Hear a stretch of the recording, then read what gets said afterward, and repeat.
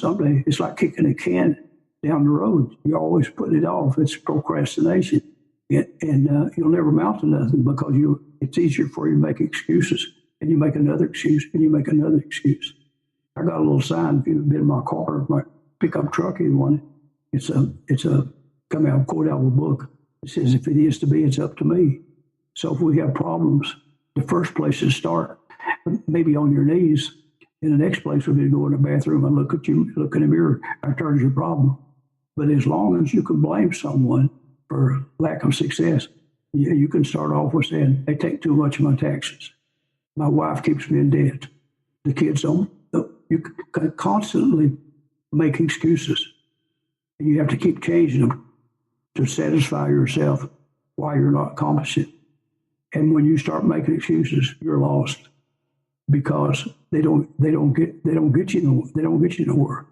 But the beauty of being successful, it shows. You don't have to explain it. It shows the deeds you do, the type of life you lead, people you associate with, and how you're known by other people. You don't have to explain it.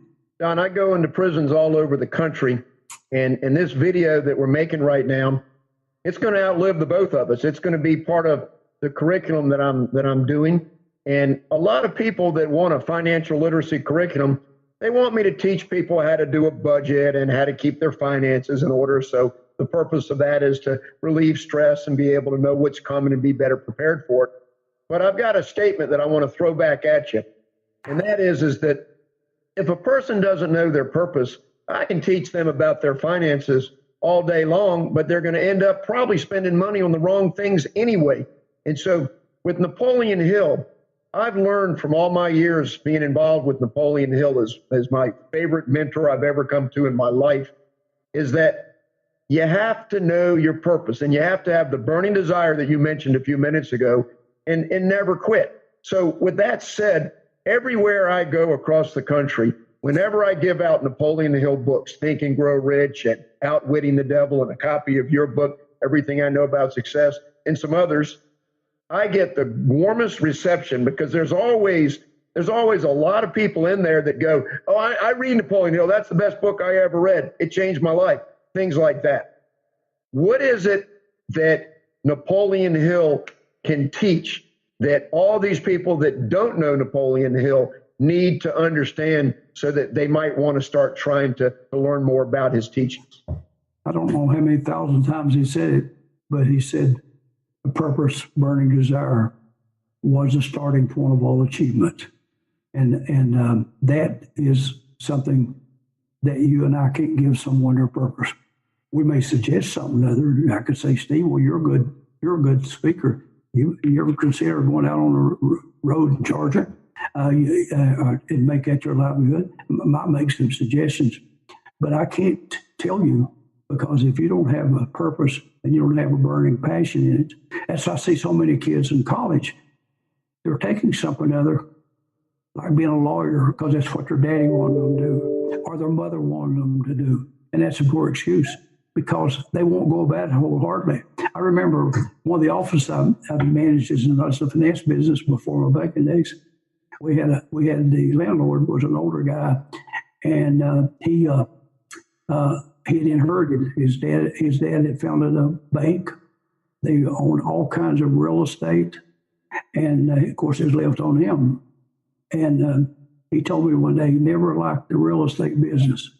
And I asked him, I said, Lynn, what would you like to have done?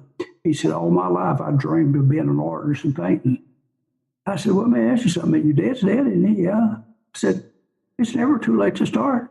Don't use that for an excuse because your dad was in real estate. Go to the store, buy you some paint, some brushes and canvas, and sit down and start painting. Go read Grandma Moses. She's way up in yours. Don't make an excuse that someone wanted you to do something other, a parent, and you did it because they want you to. You can't keep using that excuse.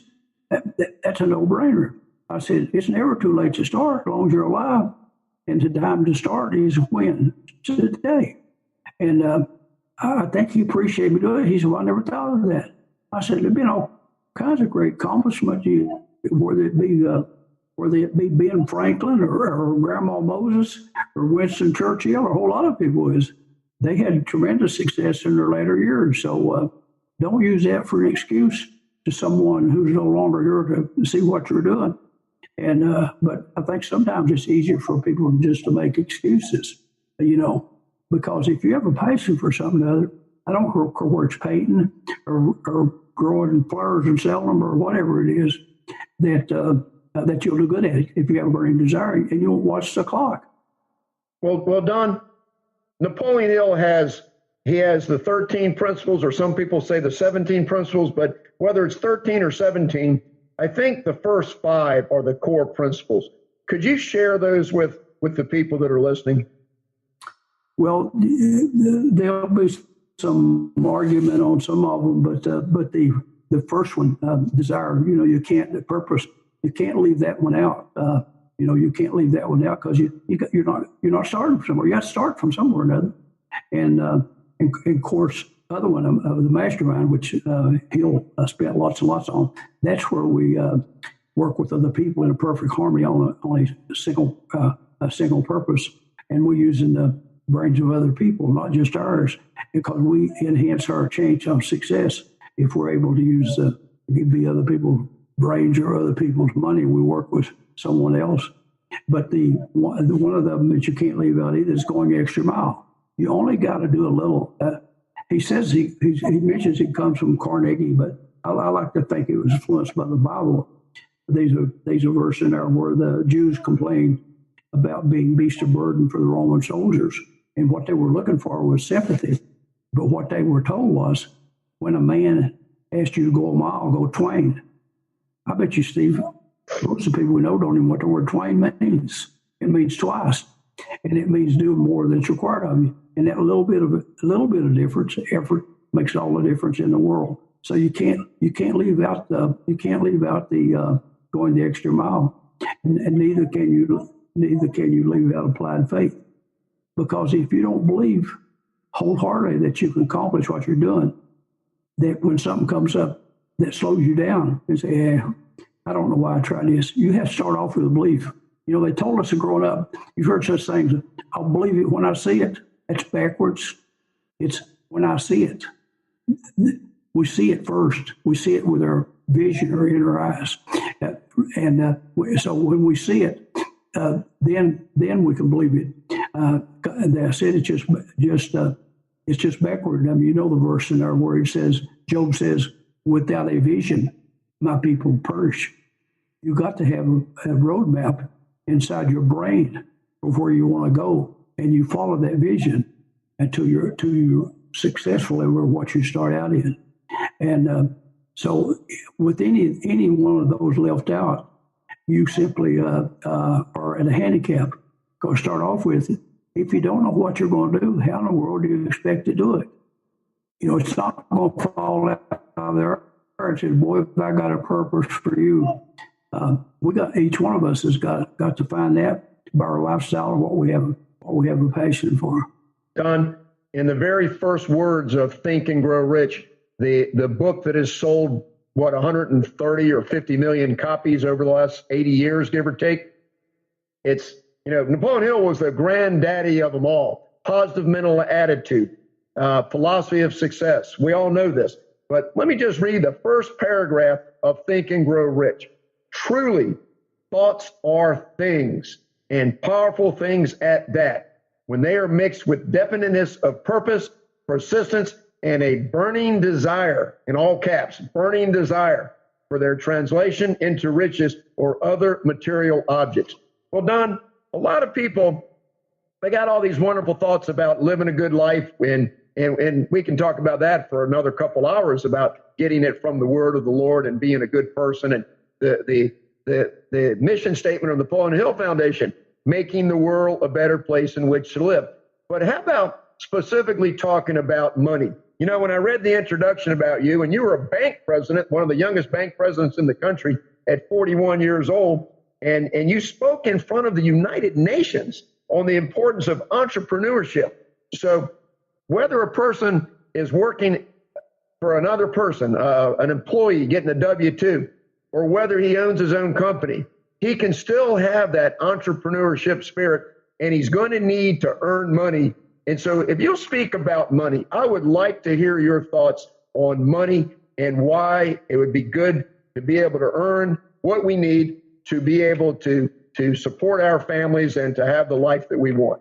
Well, Steve, there's only four uses of money. I've literally read hundreds and hundreds of finance books. I've studied poverty, on what's the root of poverty, and so forth. And there's only four uses of money. People will say money's not important. That's wrong. And of course, they don't have much money, or they wouldn't be saying that. Money is important. But the same money that buys drugs also could be the money that goes to St. Jude's to children's research for these horrible conditions that some of the kids are born with or develop at an early age. But I'd like to run through with them on the four uses of money. The first one's food, clothing, and shelter. That's our first basic need, food, clothing, and shelter. And the second use of money is sometime or another, we hope no time soon, we're going to be basically disabled. We're not able to make a livelihood, maybe in our 70s or 80s or 90s. We can't work construction jobs and do stuff that we could do at an earlier age. That's the second use.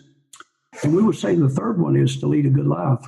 And what I mean with that, we think for our labor, we deserve something more than just barely getting by.